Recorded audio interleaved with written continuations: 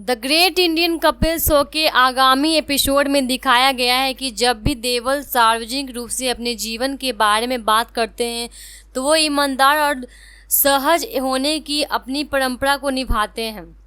मंगलवार को नेटफ्लिक्स ने एपिसोड का एक प्रोमो जारी किया जिसमें प्रसिद्ध अभिनेता भाई बहन सनी देओल और बॉबी देओल शामिल थे। क्लिप में सनी देओल 2023 के बारे में बात करते हुए भावुक हो गए, जिस साल देओल परिवार में बड़ी सफलता देखी।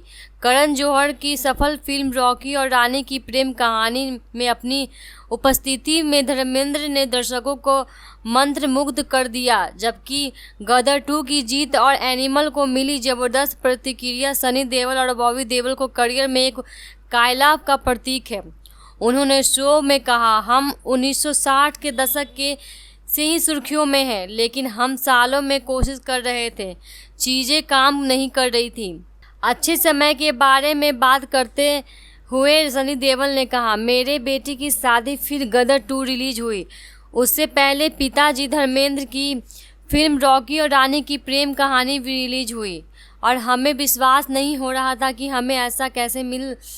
बातचीत के दौरान बॉबी देओल की आंखों में भी आंसू आ गए। पिछले साल कॉफी विद करण में बॉबी देओल और सनी देओल भी नजर आए थे, जहां उन्होंने अपने सफर के बारे में विस्तार से चर्चा की थी।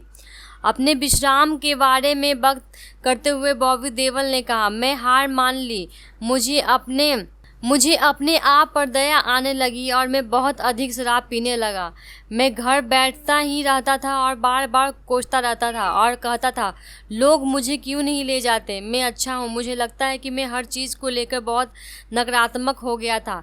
मैं घर बैठता रहा, मेरी पत्नी काम करती थी और अचानक मैंने अपने बेटे को यह कहते सुना, माँ पापा घर पर बैठे रहते हैं और तुम रोज़ काम पर जाती हो। और फिर मेरे अंदर कुछ कौंधा और मैंने कहा, नहीं, मैं अब ऐसा नहीं कर सकता। बॉबी देओल ने इस बात पर जोर दिया कि उनके भाई सनी देओल, उनके पिता धर्मेंद्र और उनकी बहनों ने समर्थन के बावजूद उन्हें एहसास हुआ कि अपने पैरों पर वापस खड़ा होना उनकी व्यक्तिगत जिम्मेदारी थी और उन्होंने स्वीकार किया कि सफलता रातों रात नहीं मिलती है।